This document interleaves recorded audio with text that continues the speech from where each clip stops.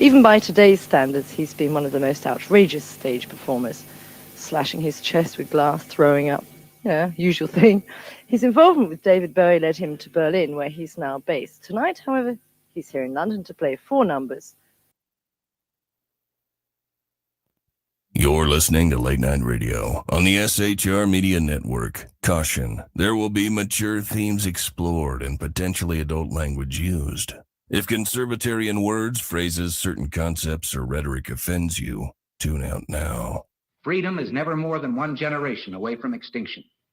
We didn't pass it on to our children in the bloodstream. The only way they can inherit the freedom we have known is if we fight for it, protect it, defend it, and then hand it to them with the well-taught lessons of how they in their lifetime must do the same. And if you and I don't do this, then you and I may well spend our sunset years telling our children and our children's children what it once was like in America when men were free. I have come here to chew bubble gum and kick ass. And I'm all out of bubble.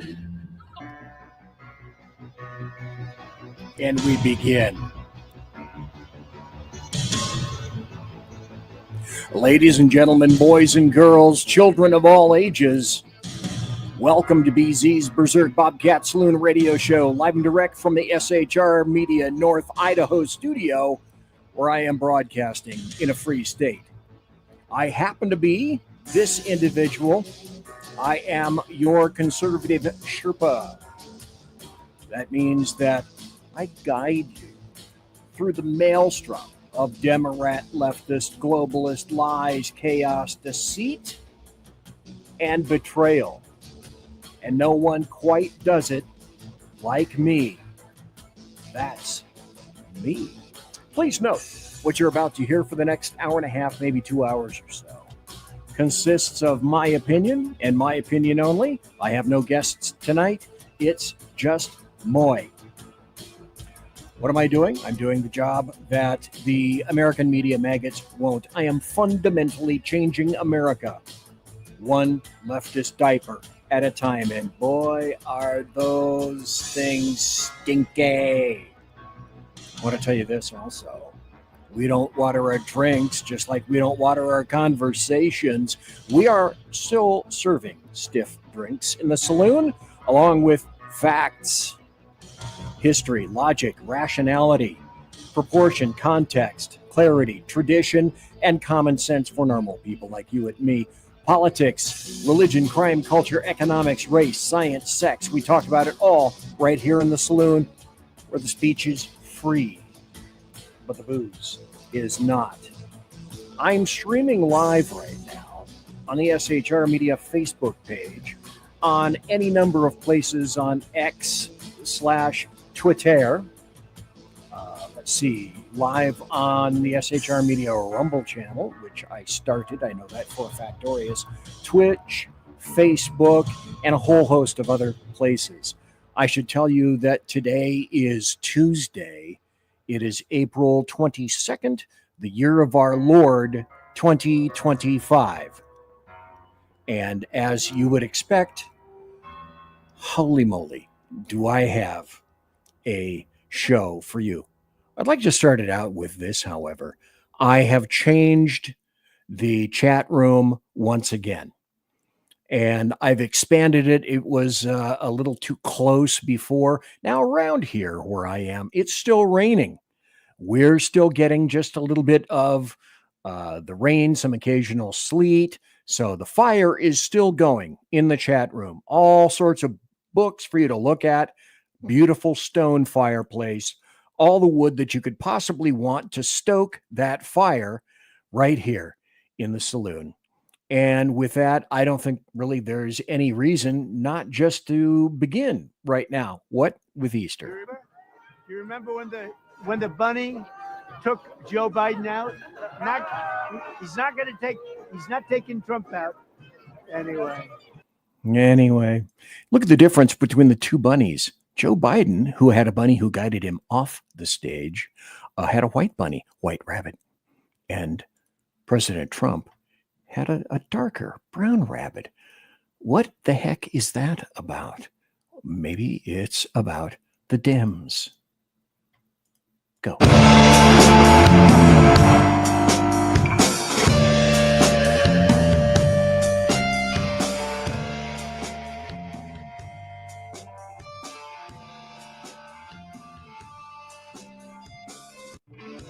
you'll never meet a lovelier group of individuals than the Demorats right now. But wait, there's more. Have you seen this? This is an option only at certain dealerships. What do you think you're honking at, huh? What, you don't like the way I drive?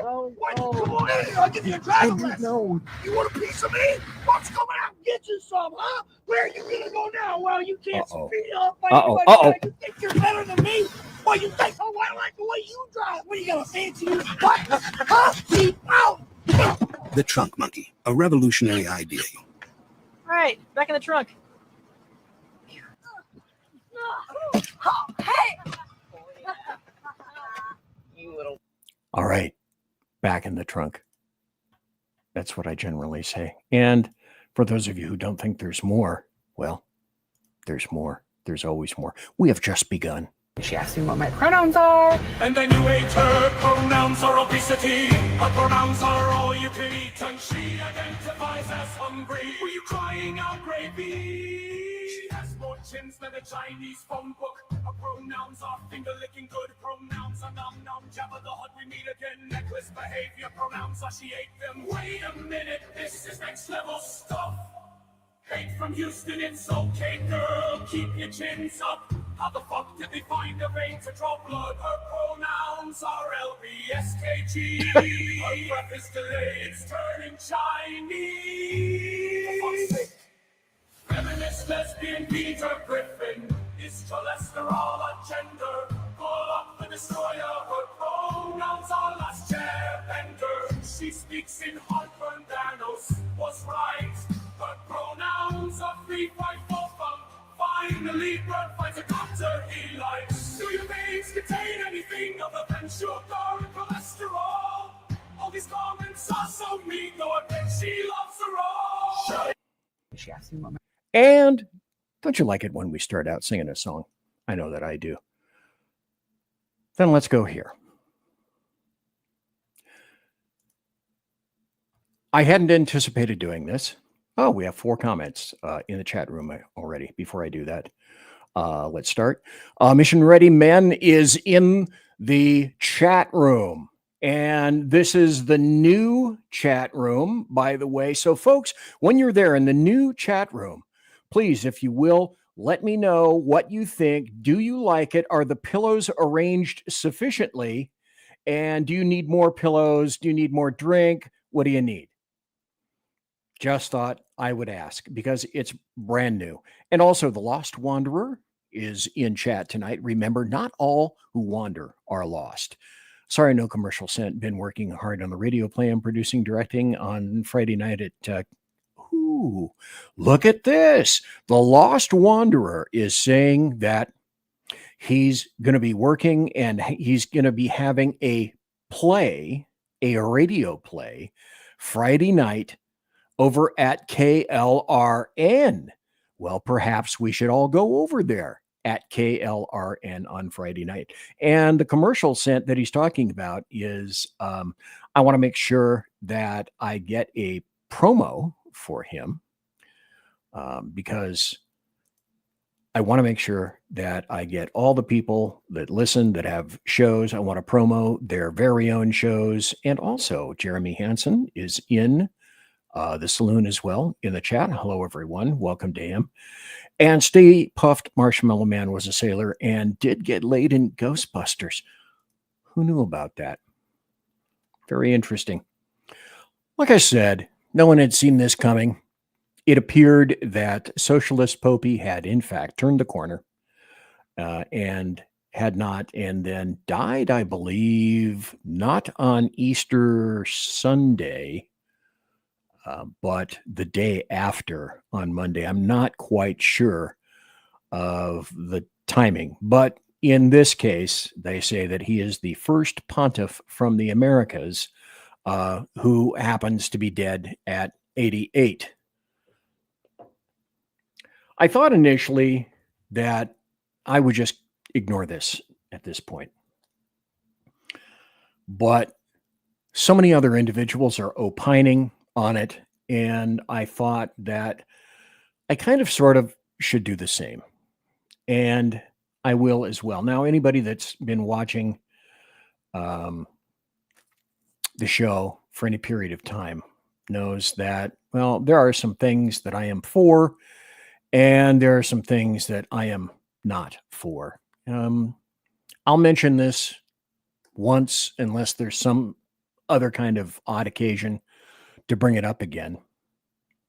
Because I don't customarily write or speak much about my religious faith. I wear this. There are other things that I have. People may wear symbols. This is a Celtic cross. I'm weird. That is an acknowledgement, if you will.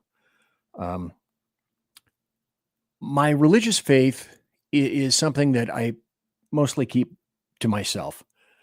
I consider my faith to be between myself and God. And in the interest of being honest, I have said this on occasion. I just generally do not believe in organized religions. In my opinion, too much destruction has occurred in their name to believe their generous lines of historical bullshit, to include murders and wars, entire lines of individuals and countries wiped out behind their various causes.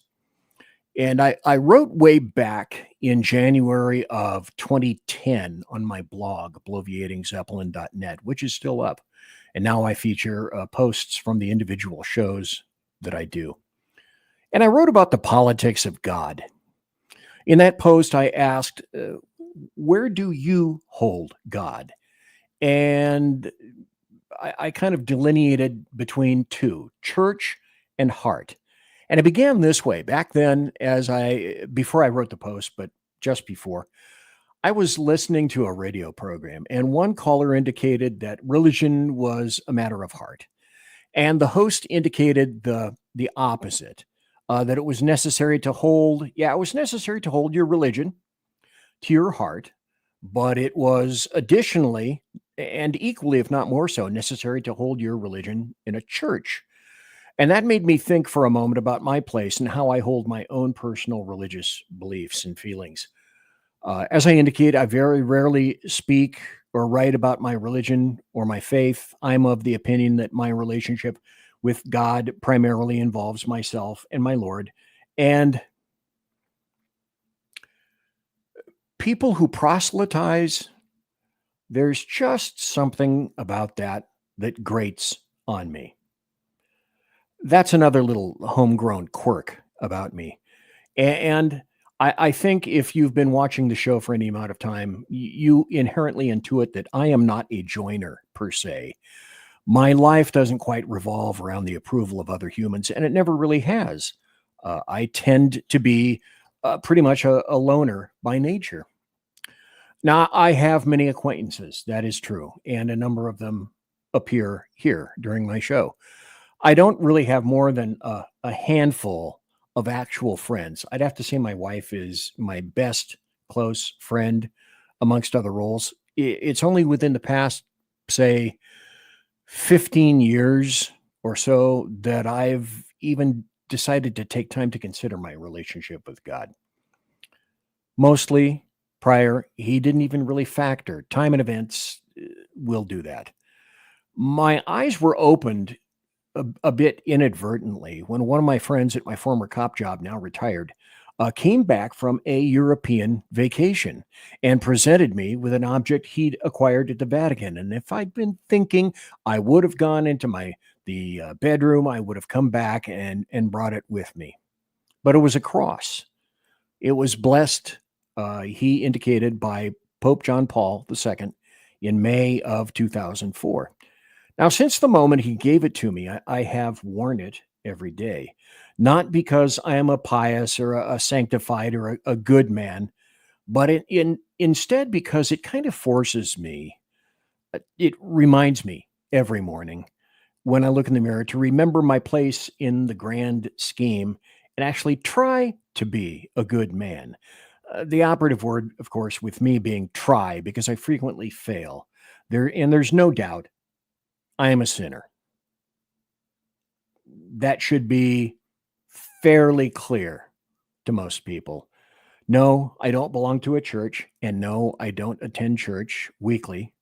I don't think I've been in a church since I was married. That was a long time ago. But if you consider, Jesus never really went into a church. Wherever he went, wherever he traveled, he carried his Father. So I asked back then in the blog, where do you carry your beliefs? Whatever beliefs you may have. And in this instance for tonight, because of the passing of Socialist Popey, I ask, where do you carry your beliefs if you're a Christian? And would it be church or heart? And my answer back then pretty much clearly was, well, my heart. I said it then, and I'm saying it now. I don't believe in man. I believe in God. My life has taught me that because I've been witness to some of the most vile, rapacious, abhorrent, evil situations and individuals due to my 41 plus year career in law enforcement. I don't need, in my opinion, I don't need the trappings of a church to hold God close. I don't require the approval of many people in a group to try to be a better man. And I see day after day the fallibility of man, the stupidity of man, and the supremacy of God. I also don't hold the Bible as the ultimate word of God. And this is where normally there would be a collective intake of air. But my view on that probably is a lot different than a lot of other people, because the Bible is rife with the base motivations of man, to include greed, envy, pride, power, and the politics of a few thousand years ago. The Bible was vetted, as those of you who are historically aware, by what was called the Council of Nicaea.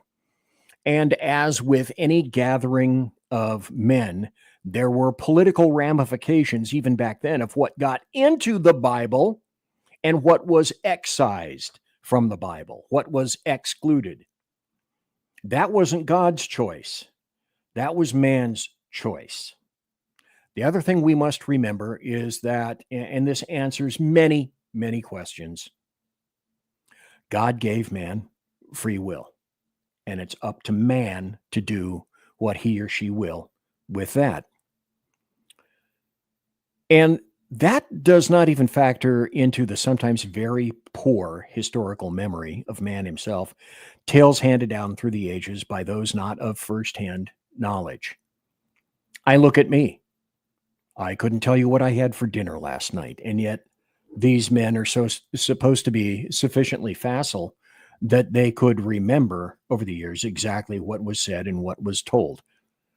Maybe yes, maybe no. So to see these frequently incredibly petty and ugly portraits of man merely emphasizes my view of man and God, because I'll take God any day. Sunni versus Shiite, Catholic versus Protestant, it's all immaterial and pointless to me to a certain degree, with one exception. It emphasizes my belief in holding God close to my vest. My God isn't better than your God until and unless you want to kill me or you want to convert me. Because organized religion has certainly taught me one thing. It is corruptive. It confuses the essential core values and the meaning of worshiping God. And as with anything that I present in my show, I say at the beginning of the show that these are my opinions. And you will either stick with me or you will kick me to the curb.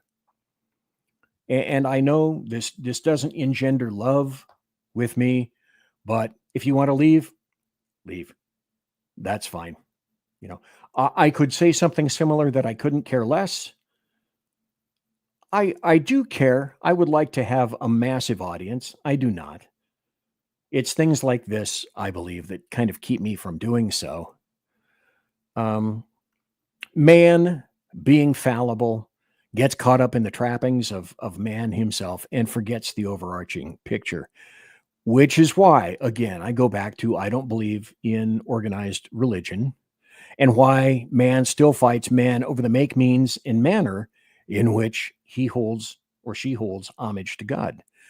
Now, if you enjoy going to church and the concomitant internal struggles you see perhaps in your own religion, whatever it may be, or perhaps in your house of worship, then blessings be upon you. But I guarantee you, there are politics in that house, aren't there? And you know it very well. Some people just figure, okay, I'll keep this again close to the vest. I don't need to tell people or invite them into our little petty squabbles. And they're everywhere, be it in a house of God, anyplace else.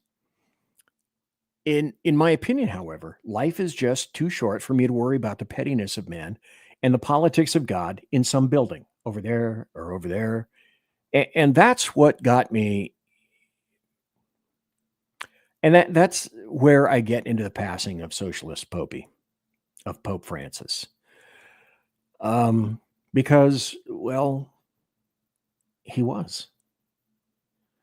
This is the man, like so many others, who reached into the large pocket of potential goodness and pulled out hypocrisy and crap and DEI and woke headlines and disappointment.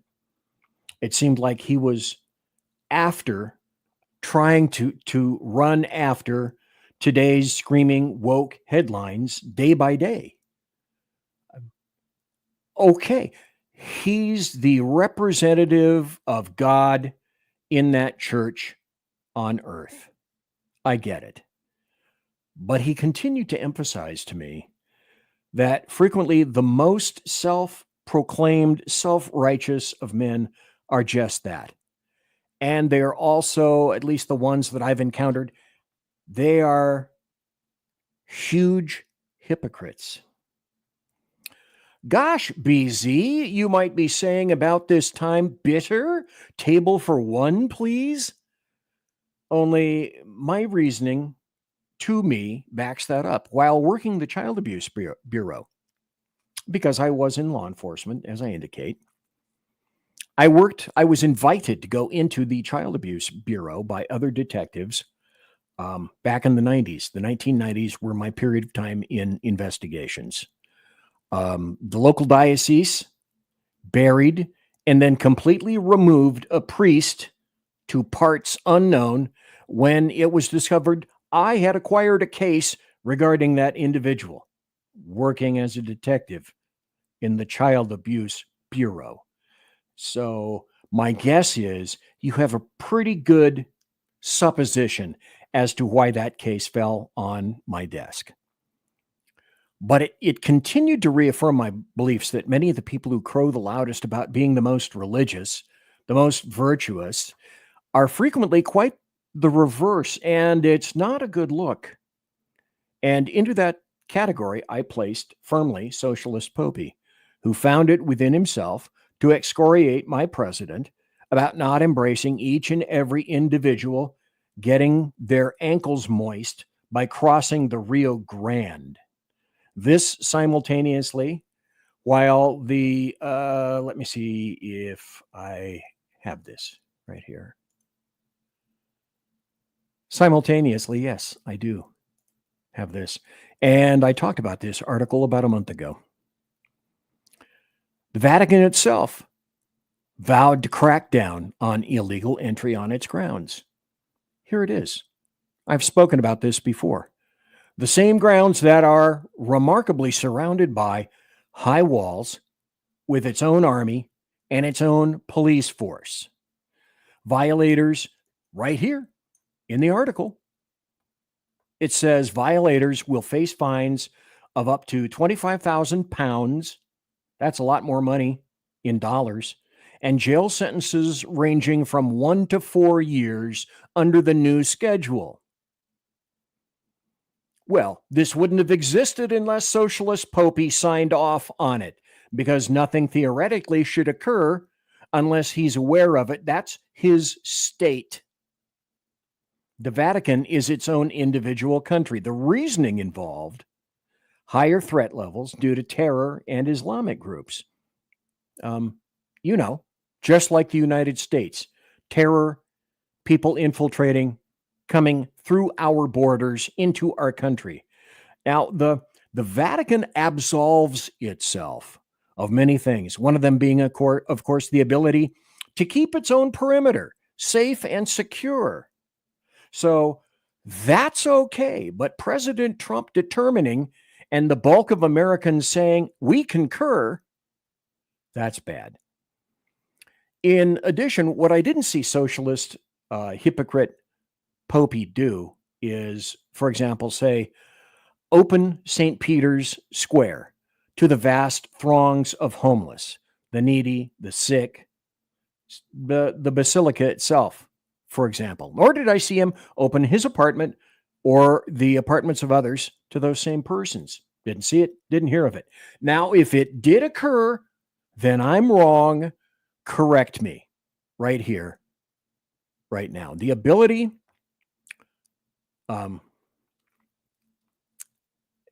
so this is why I go back to, I was done long ago with the hypocrisy, including the hypocrisy that I mentioned earlier, the 1,000-year hypocrisy involving what must be, and I may be undercutting this, the hundreds of thousands of young boys abused by the Catholic Church all around the planet. Now, the ability to absolutely stop the human scum and vermin committing those acts on young children has historically rested in the hands of the Vatican under countless popes, including Socialist Popey.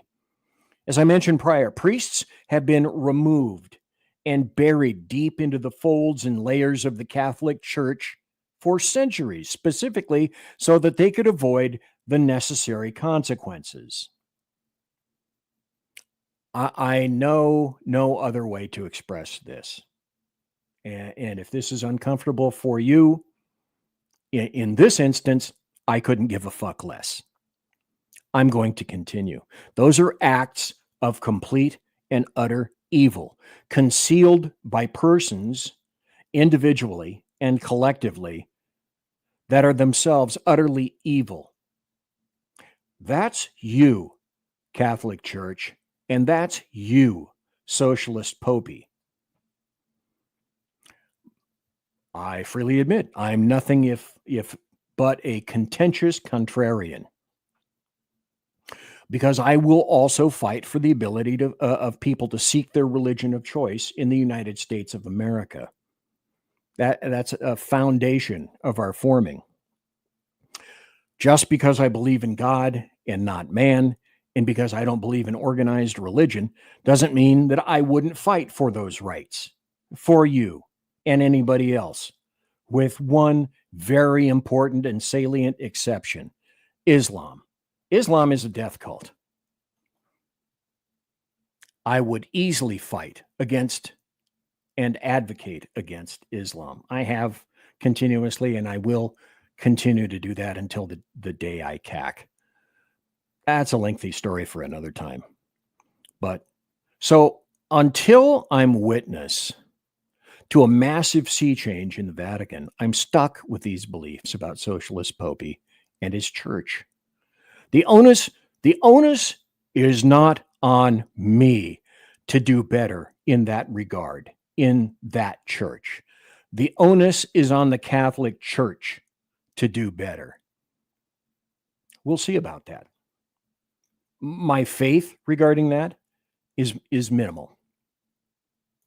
I wish I could tell you that I had an infinite bucket of faith. I repeat, I don't believe in man. I believe in God. I don't know how long it takes. I think the doors have been closed. They've been sealed. We'll see what the College of Cardinals decides to do next, because the ball is most definitely in their proverbial court. But with regard to all the rest of the things that I mentioned, go ahead. Prove me wrong. Here's another story that I thought I would get to that involved the Catholic Church. Perhaps you people remember the film Spotlight about the Catholic Church in Boston. They made an entire film about that. It's actually quite good. I would recommend it. Here's in San Francisco. Now, this is the Bay Area. In California, always spell it with a K. And this is important to me because I was born in California. I was raised in California. And this occurred in the Bay Area, which is where Kamala Harris came from. Now, Kamala Harris was the DA of the city and county of San Francisco. The city and county of San Francisco are one. And so the DA, that little nub of land at the end, that is both a city and a county. Same size. To my knowledge, it's the only city and county self-same in all of California, shall we say. Well, definitely in California. It may be true in other places. Offhand, I just don't know.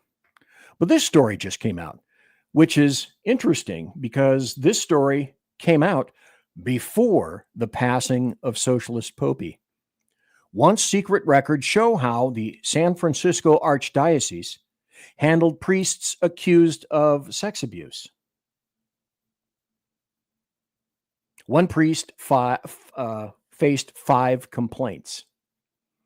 Now, this is interesting insofar as Kamala Harris, it is alleged, knew about all of this as a Democrat. And it was in her lap. She decided to do absolutely nothing with this.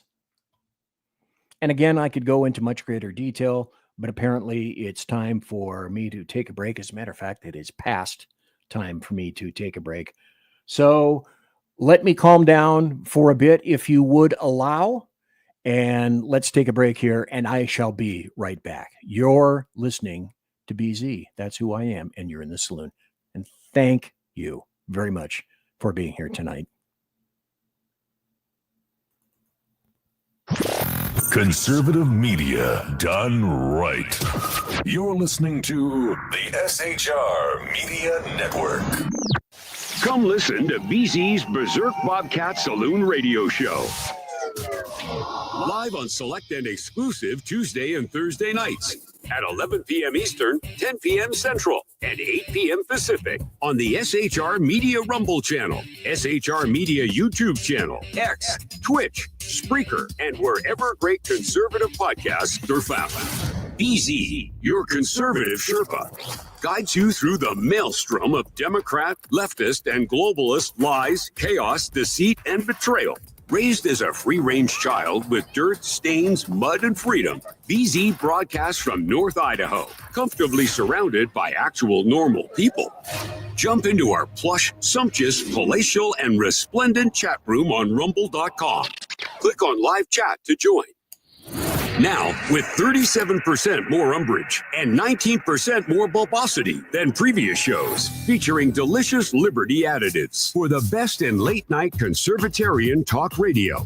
BZ reminds you that with great beard comes great responsibility. No chinchillas were harmed, embarrassed, fat-shamed, or the focus of any sarcasm whatsoever in the making of this ad. Hello, I'm Matt, a student at Hillsdale College. Here's Hillsdale President Larry Arnn on the continuing relevance of the Constitution. Many argue today that the Constitution is outdated because it addresses problems peculiar to the 18th century. Some parts of the Constitution do read rather quaintly. Consider the injunction against titles of nobility in Article 1, Section 9 of the Constitution. But is that so outdated? The purpose of the injunction is to prevent the government granting special privileges to some for partisan reasons. This strikes at the heart of the rule of law. The crony capitalism so common today is a place where the government bestows favors and tax dollars on some businesses to give them a leg up over others. This is exactly the kind of thing the Constitution was meant to prohibit. The Constitution is not so outdated after all. This Constitution Minute was brought to you by Hillsdale College. To join the national conversation on the Constitution, go to constitutionminute.com. Hey fellas, are you mission ready? Coming in November to SHR Media. By way of Big E Jackson, you need to check out Mission Ready Men. It's a show that equips you to navigate our society's challenges from a biblical perspective with courage and conviction. Tune into Mission Ready Men as we examine our culture through the prism of biblical truths, teachings, and how to apply them in our daily lives. Prepare to step up, stand out, and step into your role as a man, as ordained by God. That's Mission Ready Men, hosted by Earl Jackson, coming this November on the SHR Media Network. And get mission ready. Want to make an immediate difference in the life of a critically ill child? You have the ability to do that right now. Make a donation to Dream Makers for Life, the organization that restores dreams to seriously ill children and their families. You can sponsor a dream pack for a child, which contains a clear PVC backpack, a dry erase board adventure coloring book, a journal, and dry erase markers to inspire a critically ill child to envision a future adventure and hope. Want to become a dream maker for life yourself? Go to dreamforlife.org. That's dreamforlife.org. Help a child. Help a family. There is always hope. You're listening to the SHR Media Network. And welcome back. The first half hour is gone. Thanks for being here. I greatly appreciate it. 85 people that are watching live right now. We are pushing 90. I'm on Rumble. I'm on X. I'm on SHR Media, the SHR Media YouTube channel, and the SHR Media Rumble channel, and the Stentorian Euphonious KLRN, our plush, sumptuous, and palatial and resplendent chat room awaits you right there. I keep changing the chat room because I'm hoping that somehow, somewhere, I will find the perfect chat room. It will be so wonderful that people cannot help but just come in, relax, converse. Our house doesn't always look like this. Sometimes it is even worse. Share the show. Sharing is caring. We have 50 more subscriptions, a mere 50 subscriptions yet before we get to the magic number of 500 on the S. We've picked up another subscription since last I looked, and it's a wonderful thing. It's a wonderful thing, and I love that people continue to watch SHR Media. We've got some great shows all across the board, and also thanks to let's see if I have this up here. Yes, of course I do. Thanks to Rick Robinson of KLRN, who invited people invitingly over to the show tonight. And I believe, if I'm not mistaken, he will replay the show tomorrow night. He doesn't have the capability to carry it live because there's so much buttery political goodness going on right now at all sorts of other places all around. Tons of podcasts. I hope you enjoy this one. I hope you enjoy mine because I remember, I want to let you know that with each subscription, each one of us at SHR gets their own choice. My choice. I'm still looking for the damn porcelain Dalmatian. No one has bestowed upon me the porcelain Dalmatian, or I get more vodka. I think I would prefer that. Because, as I am wont to say, because I am the original BZ, there isn't any problem that can't be solved with either one of both of these things. One is vodka, or two, a throat punch. Hey, look, is that a segue that I just made? And maybe it is. Let me put this up on the stage right now. If you recall, the theme of this show is Demorats ask. Okay, When must we kill them? And, okay, who is them? Well, the them is, I'm going to read this article because you need to understand how it is that the anarchist Demorats and Leftists are thinking and how they see you. And now it is out in this article. This is from nicholasdecker.substack.com. And finally, what was kind of semi-closeted is now out. These assholes are writing about it openly. And here it is. You know, I go back to the original theme of my new show. I don't make anything up. I don't need to. All I do is bring the articles and the videos to you via the internet. That's where I found them. That's where the American media maggots can likewise choose to find all of this material, and they intentionally choose, they select ignorance.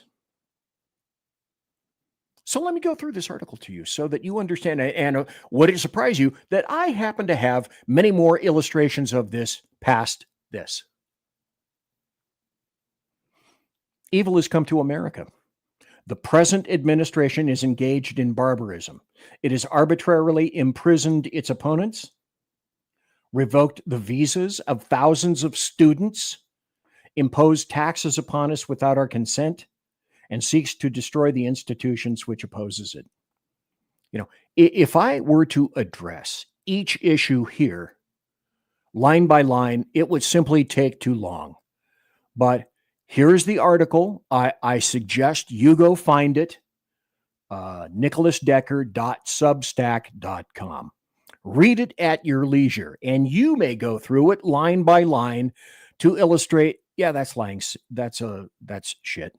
That's bullshit. That's a lie. That's fabrication. That's crap. That's wrong. And I could sit and do this through this entire article. Its leader has threatened those who produce unfavorable coverage and suggested that their licenses be revoked. Okay, let me just stop it here right now. I think I know an easier, streamlined way for you to look at that. And that is this way. Take each and every element of this article and reverse it. And that is what the Joe Vegetable regime and Demorats and Leftists for many years prior to that have been doing. I'm at 105 people watching live right now. Thanks to all of you. So you want to interpret this? You know, the Smithsonian Museum has interpreters for all of the things that are up in that museum. And they help to let you see how this is taken in the context of history. So if you want to read this article and take it appropriately in the context of history, just recall that everything that is claimed in here, Demorats and Leftists have been doing and slamming our faces in for years and years and years. But again, look at the article. Look at the headline. It's out in the open. And they don't mind saying it because they realize they are quite cognizant of the fact that there are zero consequences for any of this. For the writings, for the actions, there's starting to be consequences in some venues, in some fairs. But just think of it this way. What they accuse us of doing, they have been doing historically by themselves, only much more so than what this guy mentions. If these actions become normal, the government could arrest anyone and deport them to prison in a foreign land without hope of redress for no reason. And again, you know, pointless hyperbole created solely to get your blood pressure up, and no more. It is nothing less than the total abdication of rule of law in this country. Reverse. There is no guard of protection against it. They can write this. They don't watch the media. They haven't seen all the court cases that are being aligned by the black-robed, leftist, anarchist judges. Again, this is all such unmitigated bullshit. But I bring it to you so that you understand that now, when do we kill them? Now, make no mistake, the them, let me go back up here. When must we kill them? Evil has come to America. Who is them? Them are what ain't them. Everybody but them must be culled. That's all conservatives, all Republicans, all libertarians, everybody that ain't them. That means that's you. And that means that's me. And they're advocating for it. 115 people watching live right now. I do not wish for this essay to be a mere catalog of outrages. The conduct of the present administration is as well known to you as it is to myself and can be understood by any sensible person. On it, no further comment is ventured. What remains for us to decide is when we fight. Now we're getting to the meat of the matter, are we not? If the present administration wills it, it could sweep away the courts. Well, if that's true, and if Trump is a dictator, he did the world's shittiest job of it as 45. And he's not doing a very damn good job of it right now as 47. And sweeping away the courts, he seems to be doing an even shittier job of that. It could sweep away democracy. They believe it's a democracy and not a republic, a fundamental flaw from the very beginning, as I've pointed out on any number of occasions. And it could sweep away freedom. Who sweeps away freedom, ladies and gentlemen? Again, pointing this out to you. Protest is useful only insofar as it can affect action. Our words might sweep away the hearts of men, but not of beasts. We are beasts, therefore making it easier to kill us. 120 people watching live right now. But what to do? The rot of the present administration runs deeper than one man. The sacrifice of a hero is insufficient to save our nation, and a gust of wind on a summer day would not have saved us. For let us make no mistake, the problem is not one man, but a whole class of people. You see where this is going. If one head is cut off, another would take its place, like Marvel's Hydra. Violence can only make sense as part of the coordinated strategy. Now you begin to see where this stems, from where this stems, and now the condemnation is here. The urgency, the urging of this is here. Violence only makes sense as a part of a coordinated strategy. There may come a time when we shall have no guarantee of freedom, but the one that we make for ourselves. If it comes, I tell you that there is no greater honor than he who lays down his life for his friends. Until then, we must wait. And when is that time? Go back to the top, the headline. When must we kill them? When must you, me, and all of us, others, be killed? When must we kill them? The problem is not one man, and violence only makes sense. That's why protests are important. There comes a time when we shall have no guarantee of freedom. If it comes to that, then there is no greater honor than somebody who lays down his life for his friends. When is that time? Your threshold may differ from mine, but you must have one. If the present administration should cancel elections, if it should engage in fraud in the electoral process, reverse it. Always reverse everything they say. Then you'll have reality. If it ignores the will of Congress, if it should directly spurn the orders of the court, all of these are reasons for revolution. It may be best to stave off and wait for elections to throw out this scourge, you, me, We are the scourge. But if it should threaten the ability to remove it, we shall have no choice. We will have to do the right thing. We will have to prepare ourselves to die. I hope that we should conduct ourselves with such courage that it will be our finest hour. I expect that we shall do our duty to kill all the Republicans, to kill all the conservatives, to kill all the libertarians, to kill you, to kill me. Let the blood run into the streets and down the gutters. That is to say, kill everyone but them. While we wait, we must not be like sheep to the slaughter. We cannot cooperate. We must hide those who are persecuted. We must foil the aims of their agents. The state and local governments which we control can litigate the actions of the present administration. Admittedly, right there, they control the leftist urban rat cages. Those are the population centers. They agree. Yes, we control those. Their police can refuse to share information or be deputized to do the work of the evil ones. If war is politics by other means, then politics is war by other means. There can be no surrender, for surrender means the oppression of all of us.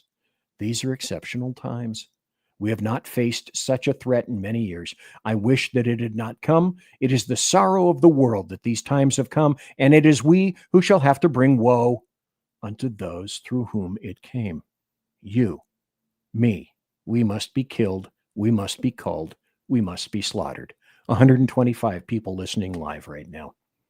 The future is not certain. It may be the present administration might flinch and turn back in the face of lighter action. I fondly hope that may be the case, but if it comes, we must awaken from this ignorant dream. This evil will not pass without blood, sweat, toil, and tears. So harden your hearts and be prepared to die.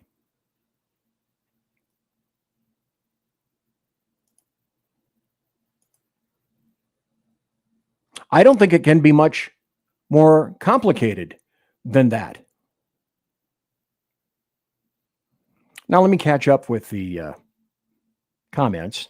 Mission Ready Men, by the way, I'm going to put this up here, leave it up here for just a moment. So if you're interested in maybe copying that down or maybe taking a screenshot of that, you can go to this guy's Substack and see and look at precisely what it is that he wrote.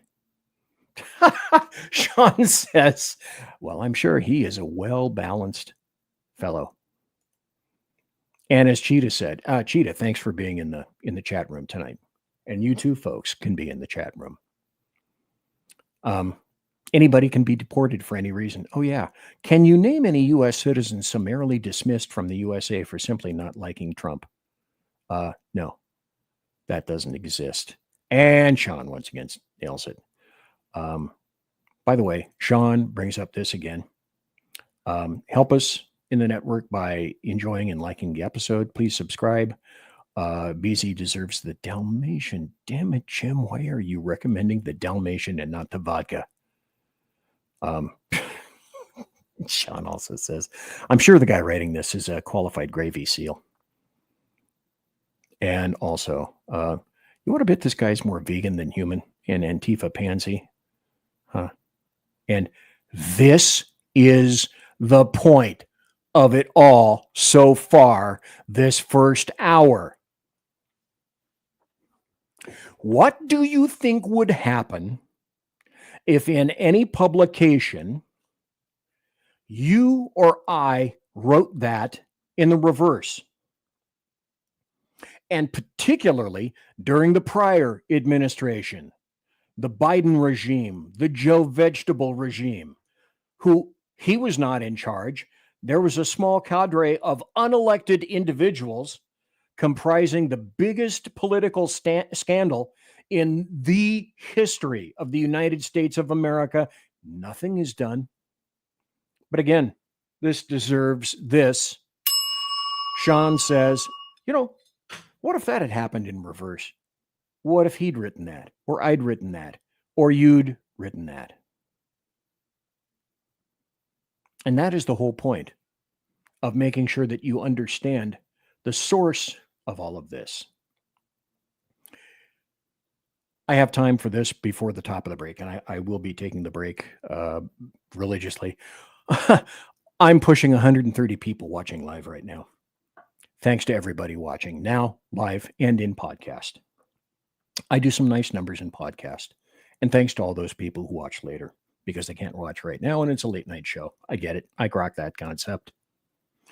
Also, I should care to indicate that I'm going to put the phone lines open after the top of the hour, just to let you know. Well, what would have happened had it been any one of us that had written something like that during the Biden regime? And you know what would have happened. This is also the point, the last point that I'm going to make before the top of the hour. This is from The Nation. I read everything. I used to subscribe to The Economist. It's good to know what the other side and the other people are thinking. And what they're saying in this article in The Nation is, we lost millions and we're going to double down. You can see what they're doing right now in terms of doubling down. They have no shame. But going through this article, that's why I want to emphasizingly, with great emphasis, we need to be doing the same damn thing too. There were a lot of people that didn't show up. Oh, I just gave you the gist of this article, didn't I? The Demorats lost millions. The people who truly decided the 2024 election are the ones who didn't vote at all. That's true. Folks, let me take this down and make what I consider to be one humongous salient point. Can you imagine the trouncing that would have occurred had all the people that sat at home that are actual conservatives, that are actual Republicans, whether otherwise, whatever the reason may be, what would have occurred had they decided, okay, all right, I'm going to go and I'm going to show up and I'm going to vote. And I'm going to vote in this presidential election like it's the last potential election. Can you imagine what that would have been like? But that's the basis for this article. And that's why they're indicating here, if Democrats are serious about learning from Kamala Harris's defeat, they should start by rejecting every election postmortem. They can't help this. It's in their DNA. It's in their bones. They can't help this. They lost not because of policies or philosophy. Oh, no. Fuck that. They lost just because, we didn't get enough people out there. The people are there. The people are out there. They're foaming. They're slavering. The spittle is running down their chest, down their chin, into their beards, and onto their their blue shirts. Because if Democrats are serious about learning from Kamala Harris's defeat, they should start by rejecting every election post-mortem, blaming wokeness for her loss. Ignore Party Grande James Carville's lashing out at what he derisively mislabeled as the Democrats' identity shit. Now, I should have. I did not do the background into the author of this, Callie Holloway. I can predominantly guarantee you that old Callie Holloway is probably 25 or 26 or younger. James Carville's lashing out at what he derisively mislabeled as Demorats' identity shit. Print out, then soak in gasoline and set aflame. Wait a minute, where are you going to get the gasoline? In your ideal fuzzy purple skied world, there wouldn't be any gasoline in which to set this aflame. Soak it in gasoline and set aflame. The memo by Seth London, advisor to rich Demorat donors, demanding a complete rejection of race and group-based identity politics in favor of a politics centered on delivering the American dream through simple, concrete action. As Callie writes, with all due respect, the fuck are these people talking about? You know what? After the break, I think I am going to come back to this article because we do need to continue to discuss this. Damn it, Jim. An hour out already. Thanks for being here. Conservative Come back. media done right. You're listening to the SHR Media Network. Hey, it's Sean from the Edge of Liberty. Join me right here on the SHR Media Network every Monday and Friday, 12 on the Pacific, 3 on the East Coast. On this show, we'll discuss news, politics, the government, how cranky we are about the government, and more. If you want to hear hard talk, good interviews, sarcasm, bad jokes, and oh God, that really is me in a nutshell. Either way, check me out right here on the Edge of Liberty every Monday and Friday, 12 Pacific, 3 on the East, on the SHR Media Network.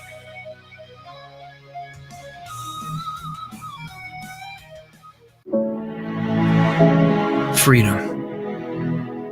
One nation in all of human history was built on that bedrock. Ours. A republic of the people, by the people, and for the people. Self-government requires freedom, just as freedom requires an individual willingness to self-govern. Freedom has made America exceptional, but it can only last as long as you and I seek the good, as expressed by the laws of nature and nature's God. It can only last if you and I choose to act as people of character. Forging character has been the pursuit of Hillsdale College since 1844.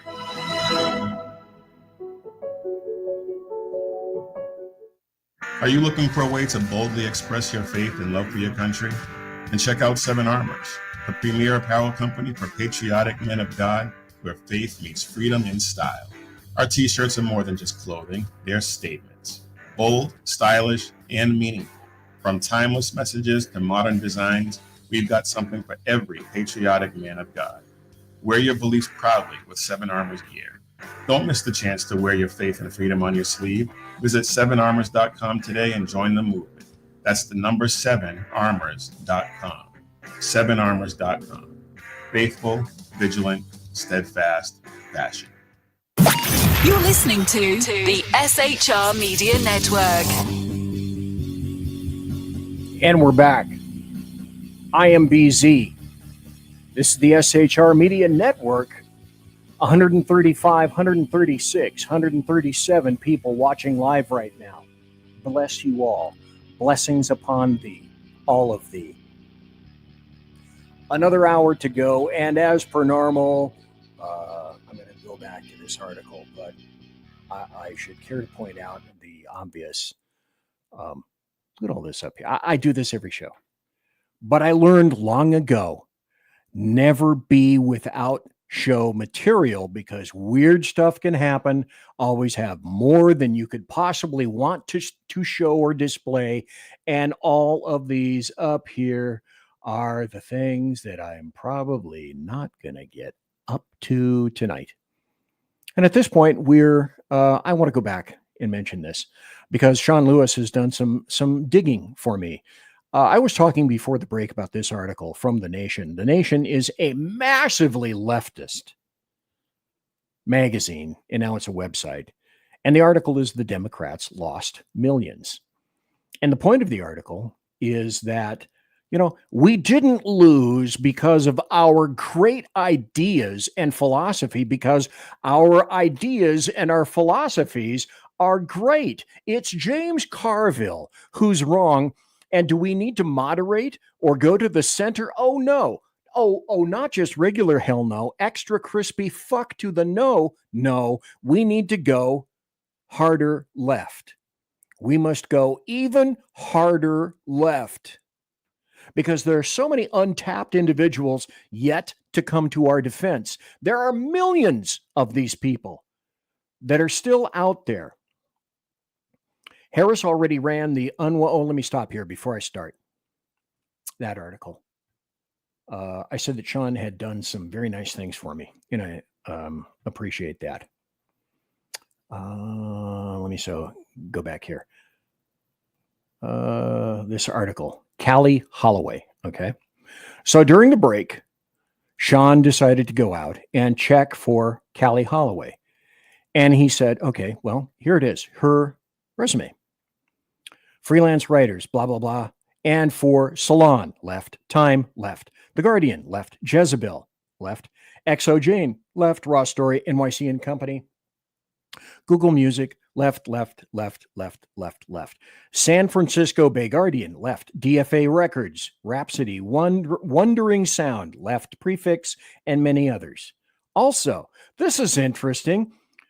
Callie Holloway, outreach consultant for the documentary The New Black Promised Land film. August 2013. Present 11 years and 9 months, Greater New York City area. Left, left, left, left, left, left, left, and columnist at The Nation and The Daily Beast, left and left. The Nation, left, June 2020. Present 4 years, 11 months. Left, left, left, and left. And that's who she is. And he got that from this website. And thank you for doing that research during the break. Her last post was on January 4th of 2024. And this is great. This deserves one just in and of itself. So I'm going to take this down just for a second so you can savor the flavor of this last comment from Sean, because I am sure she is just charming to date too.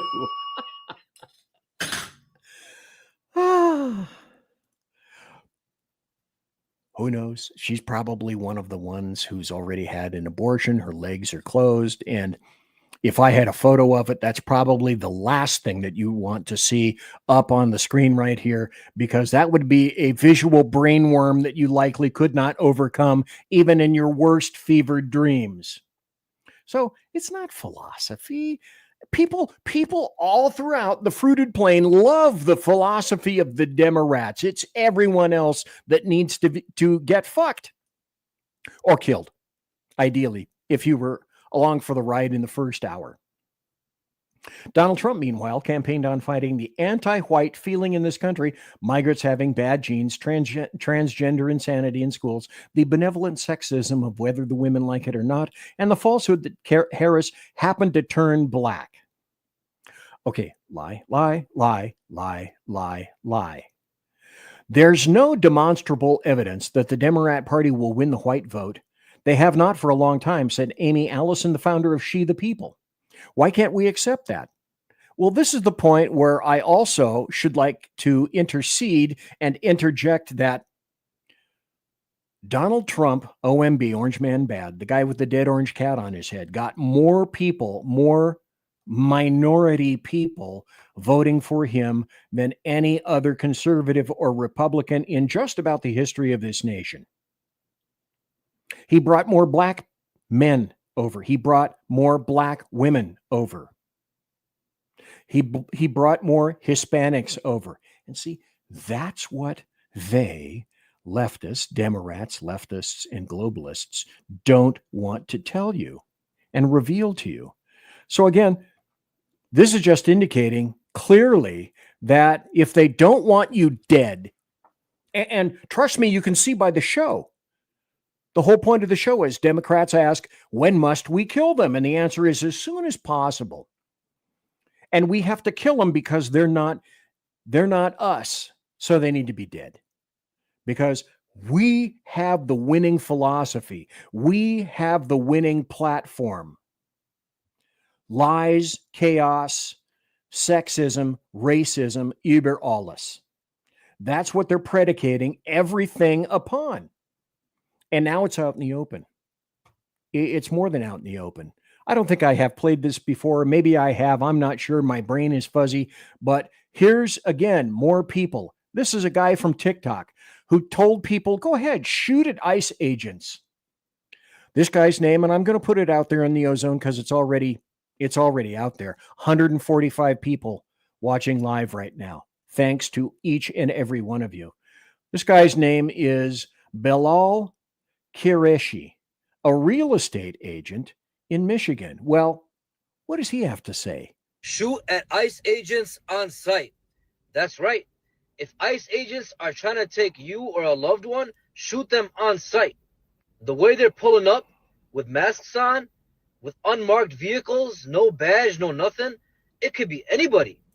Oh, yeah, like Antifa. It can be gang members. Sure. You have every right to shoot at them. Oh, does that mean that you had every right to shoot at the MSM guy that the Demorats love, Garcia, whatever the fuck his name is, but his name isn't important? Oh, Bilal, keep going. This would be the best self-defense case. You're just in fear for your life. You don't know who's behind that unmarked vehicle or who's behind that mask. This is ridiculous. What is our country coming to? Why would you want to be an ICE agent anyway? Do you like separating kids from their parents? Do you like deporting? Well, you guys, you would not like me, because anytime I made an arrest and there was a child involved in the circumstance, the child got sent to either a guardian, a relationship, or it got sent to what we call the county receiving home. Historically, BZ separating children for decades, and proud of it, because these people got arrested. And so this is no different. This occurs every day of the week, but you have absolutely no consideration of that because you're brainless, you're dead. And by this time, by the way, if I'm not mistaken, and you guys might tell me, I think he got arrested for this. This is one of the few people. Let me go to comments and see if, here we go. Yes. Sean Lewis said, yep, he was arrested for this. And are you shocked? I am not. Another 20 seconds, if you can stand it. Students that are studying, I can understand deporting a gang member or criminals, but innocent Oh, like the gang member criminal that was deported and the wife beater. people, it's ridiculous. The way these ICE agents are pulling up with masks on, unmarked vehicles, they are pulling up like gang members. They are. Yeah, well, I've had enough of you, and I think everybody else has. And right now, this guy is eating cold creamed corn in one of our finest institutional facilities, which, like Chief Dan George says, I think this was in a Clint Eastwood film. Because of that, my heart soars like an eagle. This is also the loving leftists doing this. So there's a 61-year-old woman who's driving a car. She's driving her Tesla. That's right. She's boxed in by another driver and then beaten while she's still inside the car, because that's what these people do. Take a look at this. This is video from the victim's Tesla camera. It shows a green car pulling up to a Tesla on busy Route 66, then swerving in front to box the Tesla in. The driver then walks over to the 61-year-old woman in the Tesla and reportedly starts hitting her while she's sitting behind the wheel. At one point, the woman says she bit the man's hand. Moments later, the passenger of the green car appears to walk over and pull the attacker away. They finally get back in their car and drive off. We spoke to the victim today, who said she was terrified and can't understand why anyone would do this. I was just stunned. And I wished that I would have had someone with me that would have protected me. Well, the other part of that is cops can't be everywhere, I should say. And you wouldn't want a police state. You wouldn't want a cop on every corner. And yet simultaneously, while these issues and incidents continue to occur, Demorats and leftists want you completely defenseless. They want you like this. Make no mistake, this is exactly what they want. And to this point, they're mostly getting their way. Now here's another story. This, oddly enough, this is a story that came from Idaho, my little area right here. Idaho man arrested after allegedly hitting a protester with a car at a Tesla dealership. If I'm not mistaken, this is from Meridian, which is way down in South Idaho. This is not terribly far. It's kind of a bedroom community of Boise. Boise is kind of purple right now, but that's where all the leftists went from California and Washington. Always spell it with a K and a W. A 70-year-old Meridian man faces aggravated battery charges after allegedly striking a counter-protester with his vehicle during demonstrations outside a Tesla dealership. A 70-year-old Meridian man. At this point, weren't you saying something, or shouldn't you be saying something similar to, did you learn any motherfucking anything in your 70-year-old life, you violent, useless piece of shit? And then let's not forget this that occurred. The Weather Underground terror group has been reborn. They burned down the New Mexico GOP. The HQ in Albuquerque was firebombed. So these aren't people just making mouth music and mouth noises. They're backing it up with all the violence necessary. And then there's a new phrase that just came out. This was originally published by the New York Times, and I'm not going to subscribe to the New York Times because it's a trash newspaper, predominantly with articles and editorials written by trash people. People that are young, people that are ignorant, that have no requisite education, training, or experience. They didn't receive education, they received indoctrination. 160 plus people watching live right now. What is dark woke? And dark woke is part and parcel of making sure that we fight back by any means necessary, violent or otherwise. There was a time last summer when the Demorat Party was cool. Kamala Harris had just stepped into the nomination for president. Getting there, you want to know who the dictators were? The DNC. It's a litany of things. Just remember, whatever it is that these people are saying in videos or in articles, it's the exact opposite, and they were doing it first and worst. That moment is long past. With Donald Trump in the White House, the culture of dude-heavy pop podcast programming, provocative insults, and so-called masculine energy that helped him get there seemed like the dominant one. And to some, the response from the left during the previous Trump era, defined by the earnest resistance to the president's agenda, appears outdated and cringe. So the rest of this article, it says, what we're doing now is dark woke.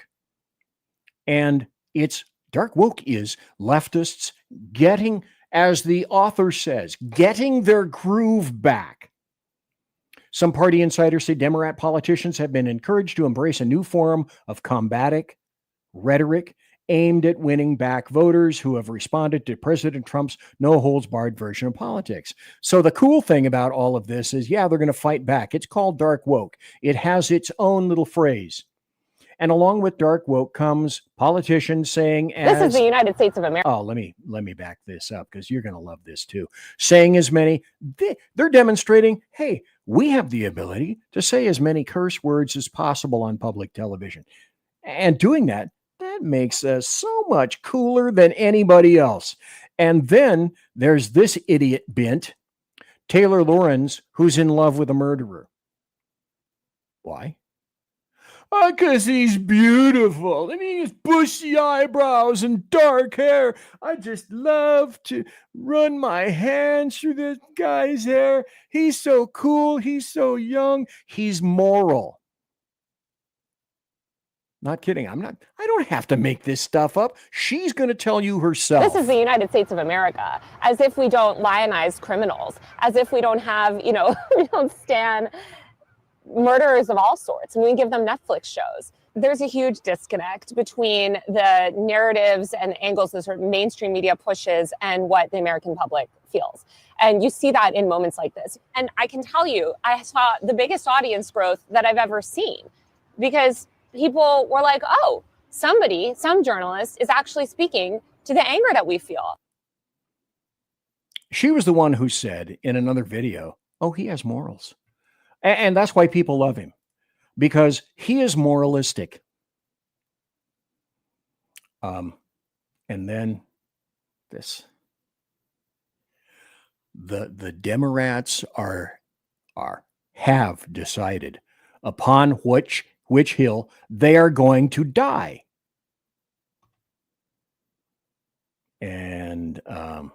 Sean Lewis said, ultimate coot fighting. Jesus. Why are you? And also Dark Woke. They can't even be original. And they had to swipe Dark MAGA. And that's true. Essentially, these people have not one original thought in their head. And of course, to make sure that he pumps up for his own show,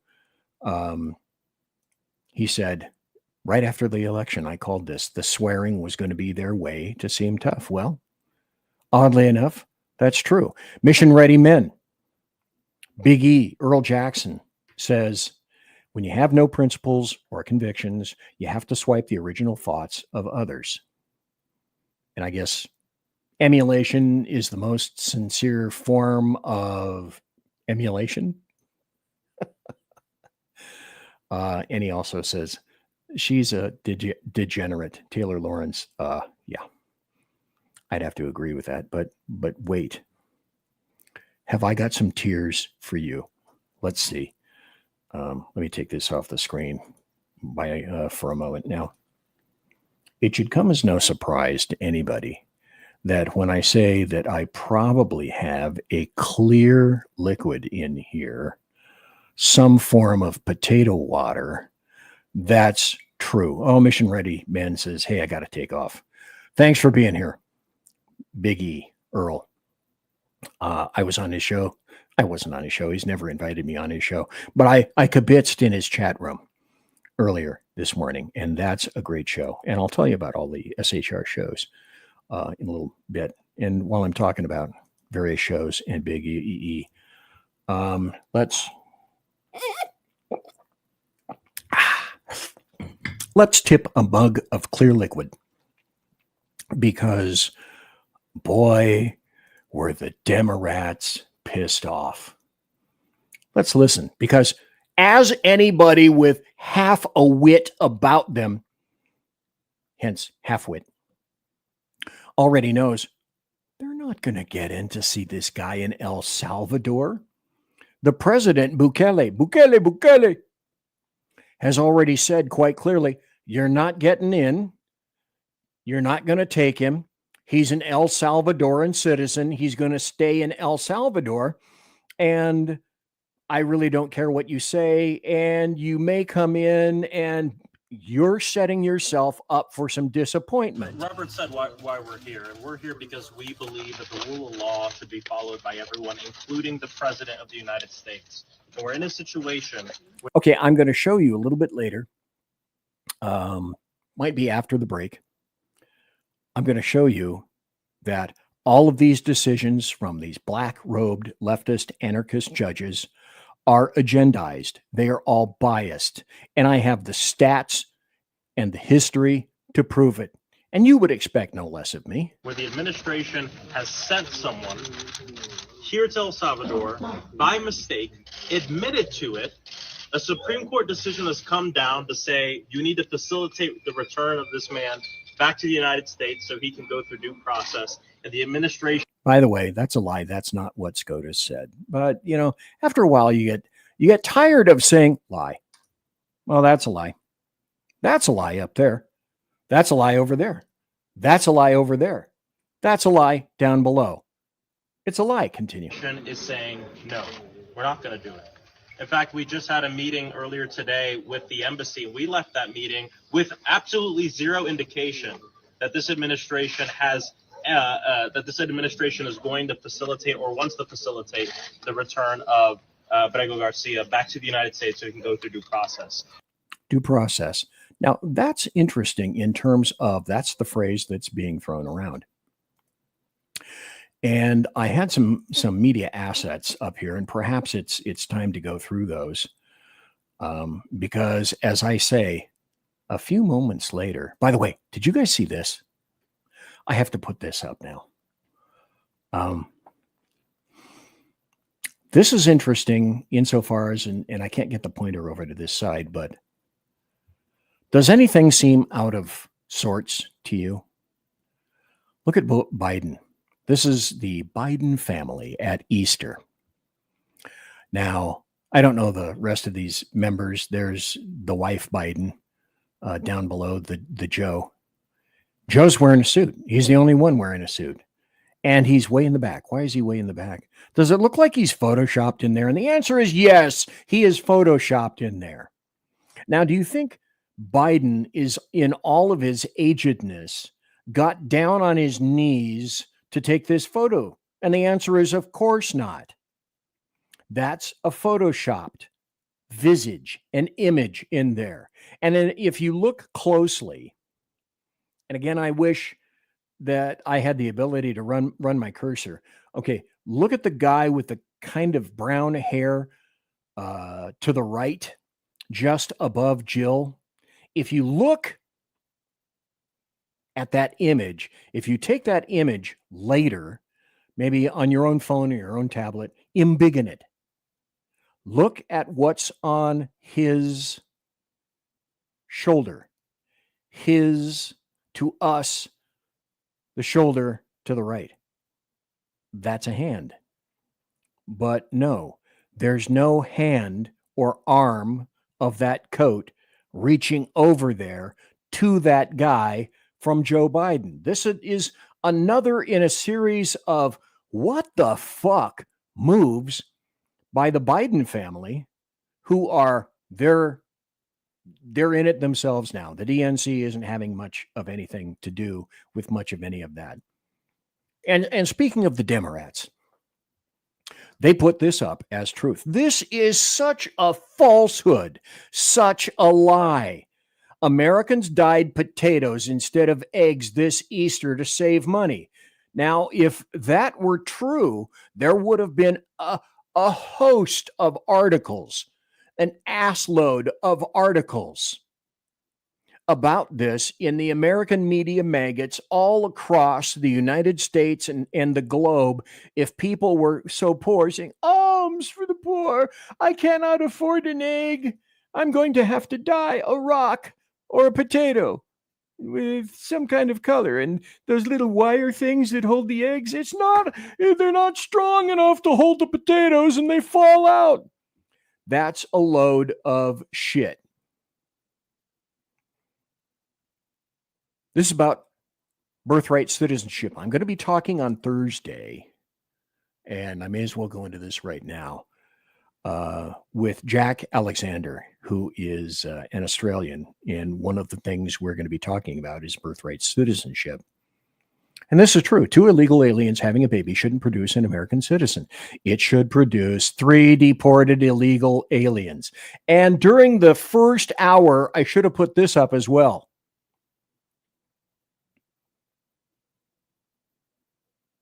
Because that's what was awaiting him. And then, of course, this meme, which I cannot pass up, who met with Socialist Popey the day before he passed. Now, this is what I wanted to display for you. This isn't a meme. These are numbers. And these are accurate numbers. And this is a clear indicator, an obvious indicator, that this is all of these judges. It's all about bias and the agenda. Clinton removed 869,000. Bush, 2 million. Obama removed 3 million migrants. Trump 45, 1 million. Of course, Joe Biden, he didn't want to remove any of those, 616. And then to date, right so far, 27,772.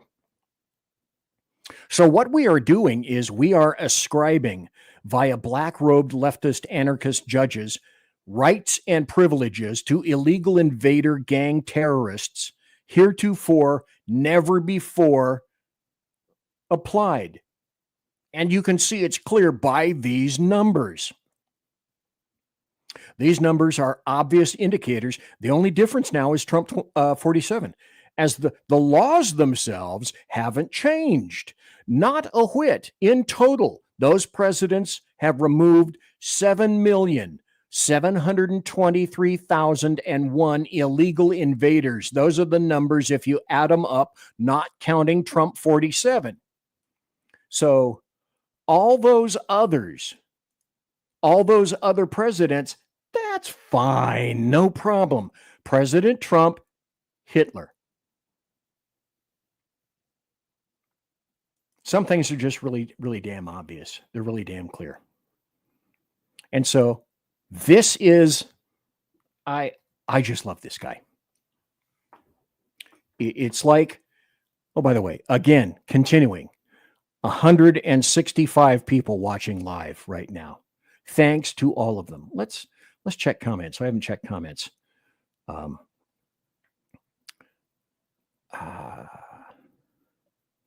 As Rick Robinson said, the guy Garcia, yeah, he has had due process. He was adjudicated that he must leave by 2 judges. Wait, is Joe photoshopped? And again, Sean is right. Everything is fake with him. Everything is fake with the Bidens. And this is also Ricky Robinson. That's a cropped, let me see if I can pronounce this. That is a weight crop fat shop. I can't even pronounce it.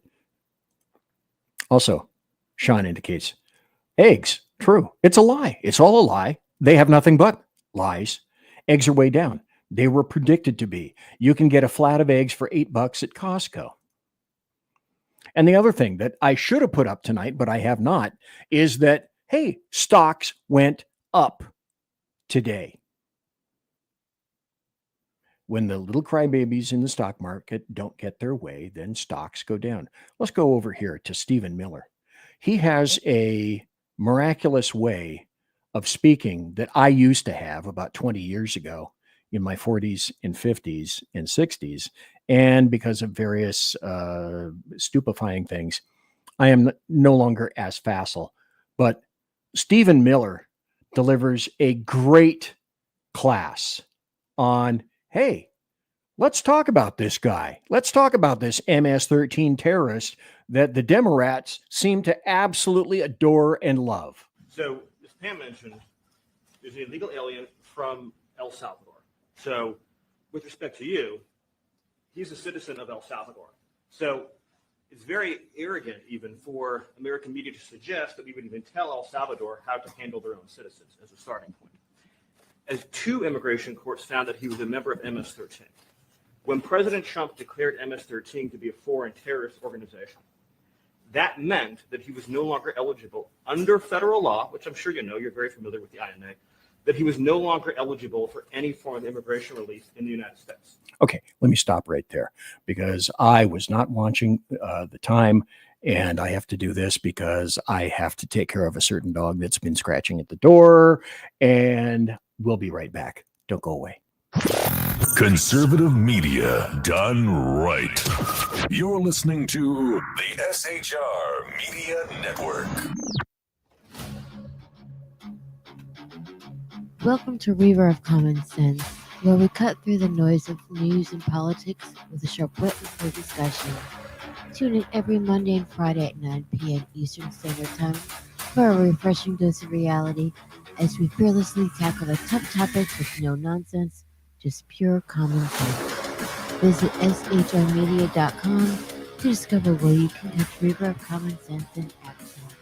He's here to amplify your inner logic.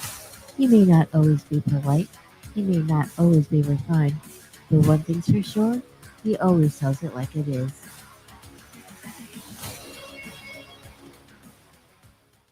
Independence. With that declaration, America was born. Inspired by a belief in the God-given rights of every human being, and in the good that comes from exercising these rights well. The founders of our great nation chose independence. As do we. Hillsdale College accepts no government funding because independence makes possible the good to which we aspire. Attention, all patriotic women of faith. Yep, I'm talking to you, sis. Are you looking for high-quality, super soft apparel that reflects your love for country and your devotion to God? Look no further than Carry Girl Gear. Picture this. You rocking a tee so soft it's like being hugged by a cloud, all while showing off your love for God and country. Sounds dreamy, right? Well, welcome to reality, babes, because that's what we're all about here at Carry Girl Gear. We specialize in super soft tees, tanks, and more, designed specifically for the strong, patriotic woman who proudly wants to carry their message of faith and freedom. When you shop with us, you're not just getting a t-shirt. You're joining a community of like-minded women who are proud to wear their beliefs straight on their tees. So whether you're sipping sweet tea on the porch or leading the charge for faith and freedom, do it in a Carry Girl tee. Because life's too short for stiff, boring tees.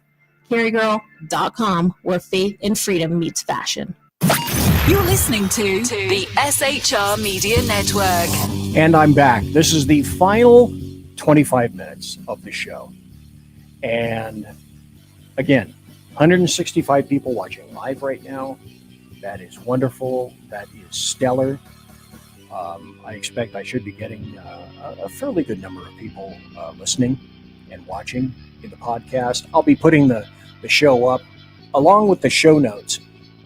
If you're ever in doubt as to where it is that I get the articles for this show, all you need to do is go to one of two places. I post all the show notes, that is to say, all the articles, all the links that I feature in the show. Like this will be up there, this video, all the other videos that I've showed prior. If you go to the SHR Media, BZ's Berserk Bobcat Saloon on Rumble, and go to the SHR Media channel and my channel for the Saloon with each show. If you scroll to the bottom, following the descriptors, you can see it indicates show links. So if you missed something, or if you think I'm full of shit and I don't have any substance to the articles and nothing to back up what I've said, all you need to go is down to over to Rumble in the Saloon and look at the show links, or go to bloviatingzeppelin.net, bloviatingzeppelin.net. And each show there is the same. It has a Rumble video for you to watch, and then scroll down and you will see all the show links to which I referred in that particular show. The phone lines are open if anyone is interested. Mostly I don't get a great reaction because it's so late and people are getting tired and they have to get up and go to work tomorrow. That's why Earl left. He's got an early morning job that he has to take care of. But if anybody is interested in chatting just for a second, the phone lines are open at 916, and also that number is down below on the scroll. The phone lines are open 916-835-3329, 916-835-3329. And so let us continue with Stephen Miller talking about, hey, do you know what deportations are? Do you know about the law? So we had a deportation order that was valid, which meant that under our law, he's not even allowed to be present in the United States and had to be returned because of the foreign terrorist designation. Okay, let me point this out. This is Trump, obviously, sitting in the chair to the right. BZ, who's that guy to the left? Sitting to the right of the president, it's our left. That's Bukele. That is President Bukele of El Salvador. Continue. This issue was then, by a district court judge, completely inverted, and a district court judge tried to tell the administration that they had to kidnap a citizen of El Salvador and fly him back here. That issue was raised to the Supreme Court, and the Supreme Court said the district court order was unlawful, and its main components were reversed 9-0 unanimously. Okay, so stop. Well, BZ, what does that mean? That means exactly what I said prior. They're lying. They're lying to you about SCOTUS and what the ruling means. Continue. Stating clearly that neither Secretary of State nor the president could be compelled by anybody to forcibly retrieve a citizen of El Salvador from El Salvador, who again is a member of MS-13, which, as I'm sure you understand, rapes little girls, murders women, murders children, is engaged in the most barbaric activities in the world. And I can promise you, if he was your neighbor, you would move right away. So you don't plan But to the ask Supreme for Court is to get it asking back? to And what was the ruling in the Supreme Court, Steve? Was it 9-0? Yes, it was a 9-0 in our favor. In our favor, against the district court ruling, saying that no district court has the power to compel the foreign policy function of the United States. Do you understand? All of these people, all of these leftists, these Demorat senators who are flying down for the terrorist MS-13 terrorist du jour, there will be more, have decided this is the lying fucking hill they want, on which they wish to die. As Pam said, the ruling solely stated that if this individual at El Salvador's sole discretion was sent back to our country, that we could deport him a second time. No version of this legally ends up with him ever living here because he is a citizen of El Salvador. That is the president of El Salvador. Your questions about it for the court can only be directed to him. I asked ¿Usted lo liberaría, Presidente Bukele? Can President Bukele weigh in on this? Do you plan to return him? Well, I'm supposed to not suggesting that I smuggle a terrorist into the United States, right? So How can I smuggle? How can I return him to the United States? Like, I smuggle him into the United States, or whether I do it first, I'm not going to do it. It's like, I mean, Okay, let me stop right there because I'm running out of time. He said the obvious. How many times does this guy have to tell you, Demorats, he's not going to do it? That guy's not coming back. He's not coming back. President Bukele of El Salvador has said he's not coming back. And by the way, for those of you asswipes who just tuned in, no, he's not coming back. And you can't get it through your little thick skulls about that. And as I mentioned earlier, this is from El Paso, an El Paso newspaper. They asked back in February, did President Obama remove more non-citizens from the U.S. than any other president in U.S. history? Well, that answer is yes. And I had this to prove it to you by the numbers. And that is the reference. That is from that particular article. Now I'm going to skip politics just for a second. People that know me, and I have great love for animals. There is a particular animal in my life right now who made me love animals, made me love dogs, and made me love animals. Let's go to the chat here just for a second. Sean says, by the way, bye-bye. Have a great show. He's got to go. He's a working man. He's got to go. So I get it. I understand. By the way, there's somebody on the phone right now. Let me go through this one more time. Cheetah says that. And we have an unknown caller on the phone. So unknown caller, go ahead. Please speak. Or forever hold your codpiece. First time caller, long time listener, man. How you doing? Oh, Licky Robinson. Me love you, long time GI.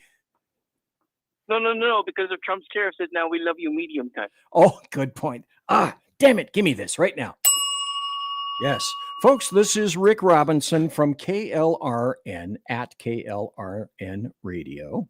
And so thanks for calling in. Appreciate it. How are you, Mansoor? Not bad at all. I'm just sitting up finishing some editing for stuff that's got to go out tomorrow. And I'm like, you know what? I'm going to call just to harass him on his own show through phone instead of on camera. Why not? Why not? Fun times. They are fun times. So, yeah. So, folks, damn it, Jim.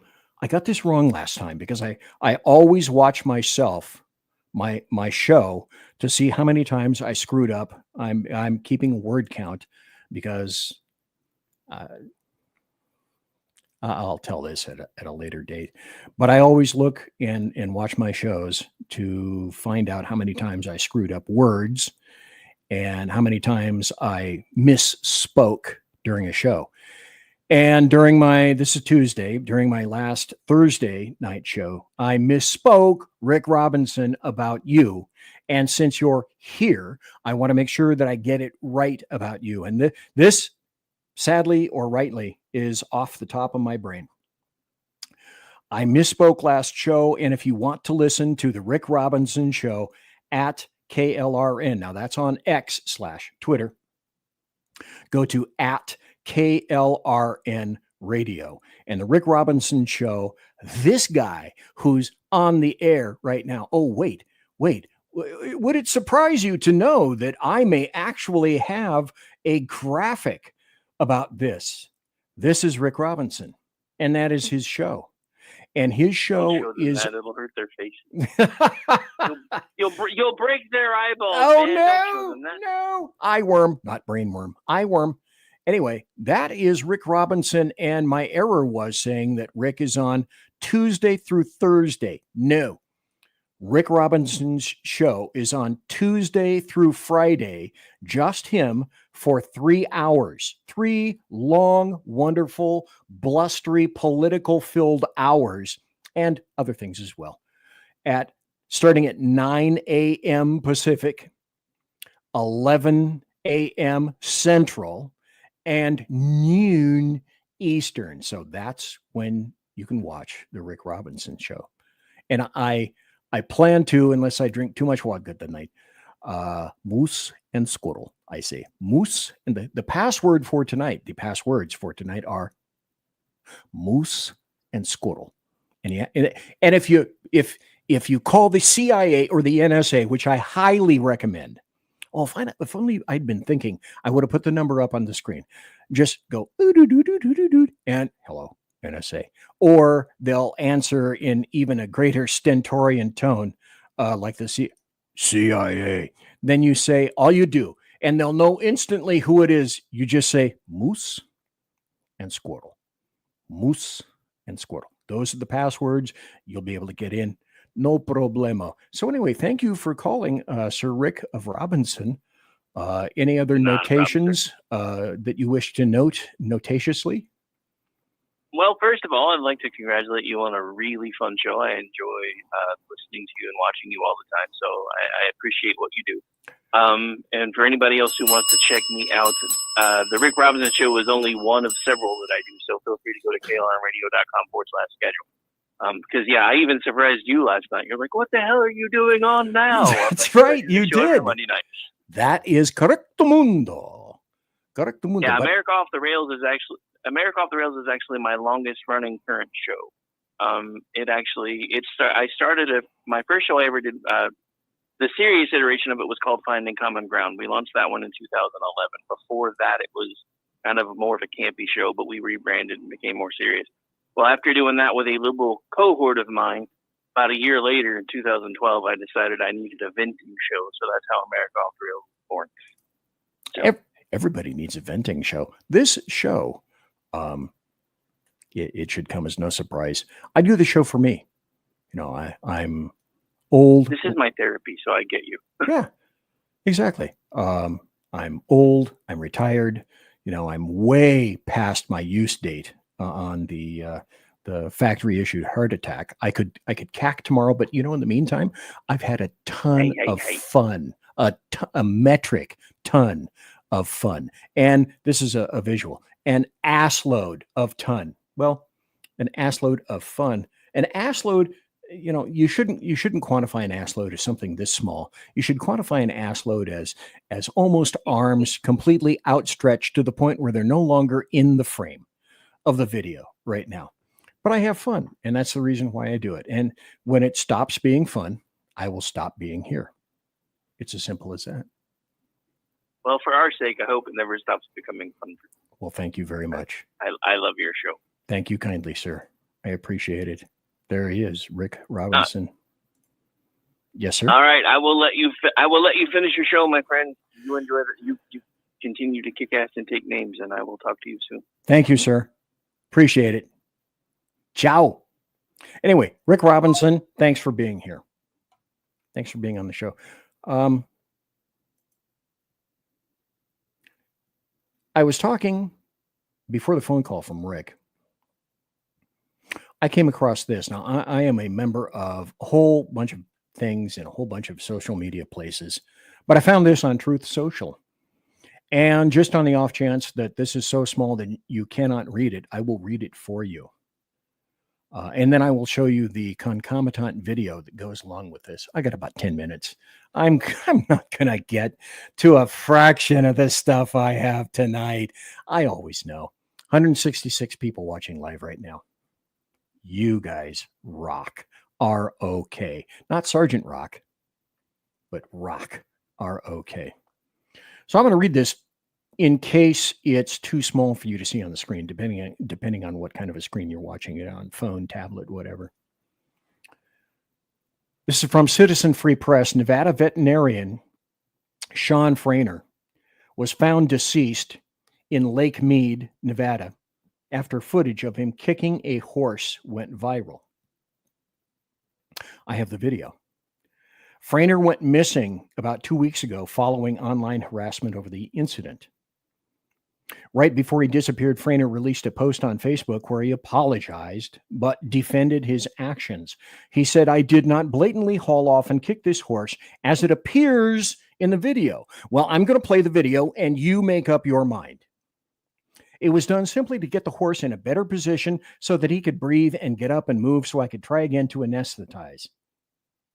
Then he goes on to say, "But yes, I did kick him right in the chin, and I very much do apologize and wish this never happened." Investigators discovered his truck and belongings at the edge of the reservoir. They have not said yet if they believe he took his life. The horse owner who filmed the incident says she feels horrible. It's horrible. I never, ever wished this upon him. I never wished this upon anybody. This is not what I wanted in the end at all.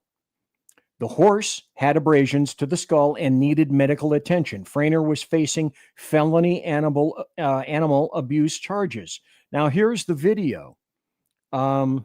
It's only 9 seconds, so I don't really have the ability technically to embiggen this for just 9 seconds. So you're going to have to watch it. I may play it again, but you tell me, is this valid? And what happened to him, was that simply schadenfreude? This is the video. It's upsetting us too. All right. Up above. Oh. Where did you kick him? So you tell me,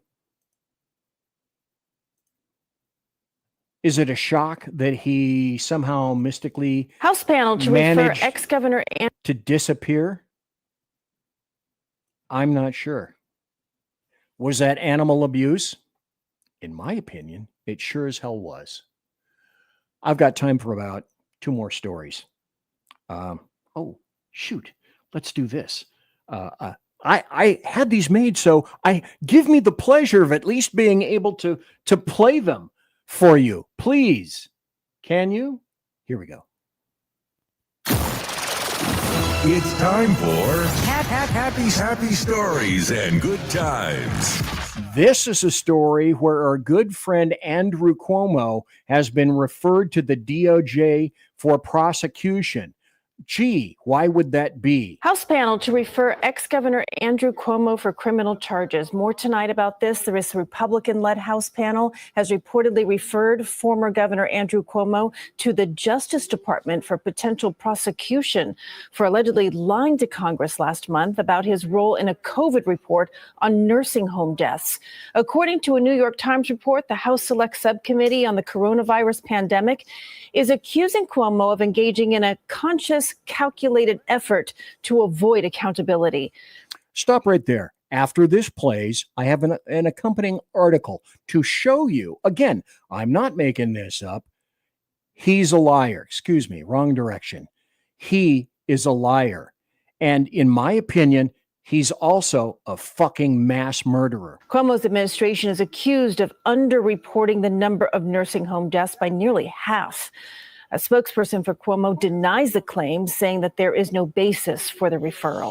Of course, there is no basis. If you think there's no basis, gee, BZ, didn't you just tell me that you have an article coming up next that shows that that's false?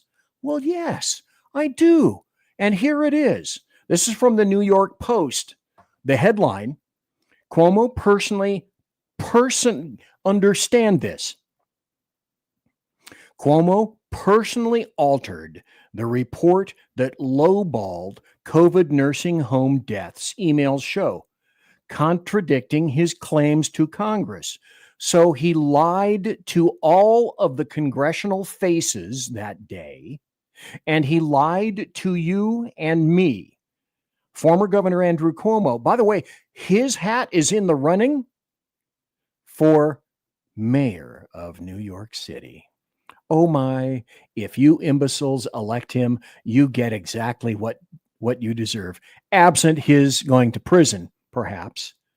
Former Governor Andrew Cuomo personally altered a state review that lowballed the nursing home COVID-19 death count, emails detailed in a new report show. A revelation that directly contradicts his claims he had nothing to do with it.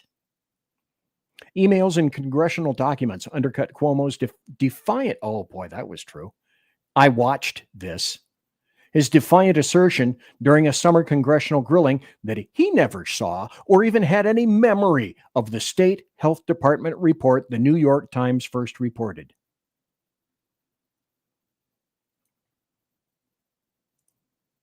This is, I know of no other way to say this. Andrew Cuomo is a mass murderer. I had two very personal, close relatives in nursing homes. One was my grandmother. She passed away in one in 1979. The second was my father, whom I had to put in a nursing home 3 times following various and serious open thoracic surgeries to remove stents, blockage, lymphoma, and a huge tumor. And because I couldn't care for him, I still worked. I ended up putting him in a nursing home. You try to get somebody into a nursing home. When I picked him up, I was given 35 minutes to find I was given 35 minutes to place my father because they were going to discharge him whether I liked that or not. And myself and my brother had 35 minutes to find an opening in a nursing home only because I remembered the one where grandma was. Did we put him there? My point being that I know all about nursing homes, and they haven't improved since then. Andrew Cuomo intentionally, purposely placed hot Wuhan 19 patients into nursing homes where the most feeble, the most susceptible of persons in our nation live. Many of them live essentially cheek to jowl in a room. There was a room. Luckily, I was able to get a separate room for my father. But if you didn't have the money to pay, there were rooms in that nursing facility where there were 10 to 12 to 15 people, bed to bed to bed to bed in a singular room. And then you wonder how it was that all of these elderly people died because you murdered them, Andrew Cuomo, knowing precisely what you've done, what you had done, and then you lied about it. Nursing homes have some of the poorest paid staff. They have some of the least trained staff. They have some of the worst equipped staff. And then you do that to them. They were no more ready for that.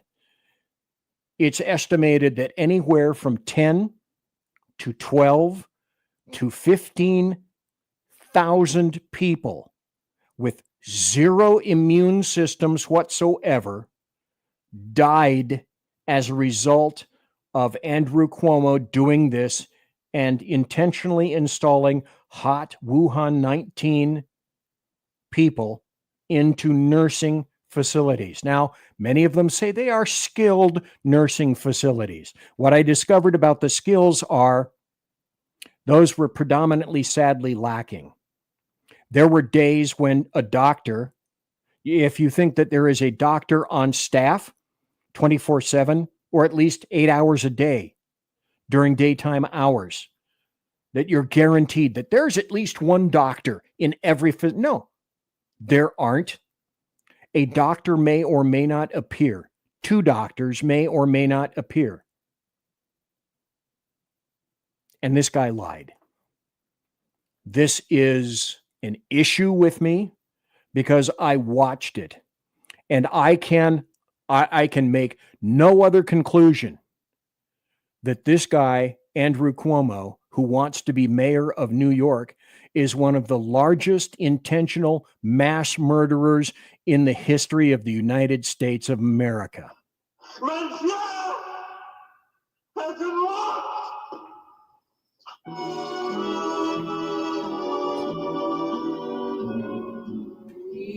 And that's it for tonight. Ladies and gentlemen, boys and girls, children of all ages, thanks for listening to BC's Berserk Bobcat Saloon radio show. Live and direct right here from the SHR Media Studios. I was here on Rumble, the SHR Media YouTube channel, X, Twitch, the munificently grandiose KLRN, thanks to Rick Robinson for calling in, and tons of other bulbous podcast locales.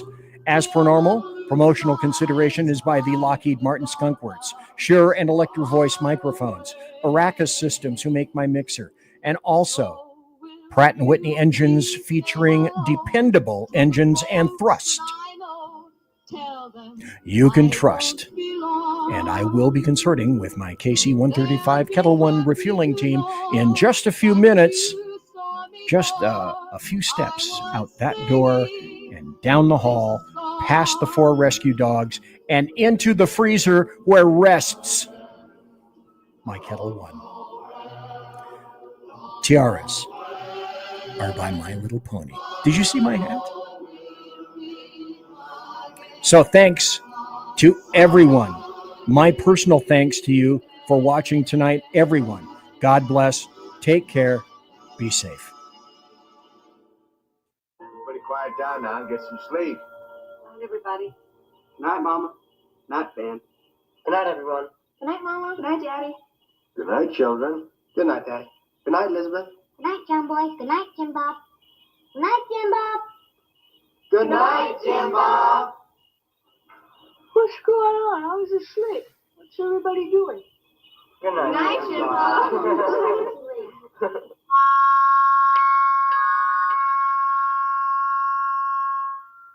Good night, and good luck.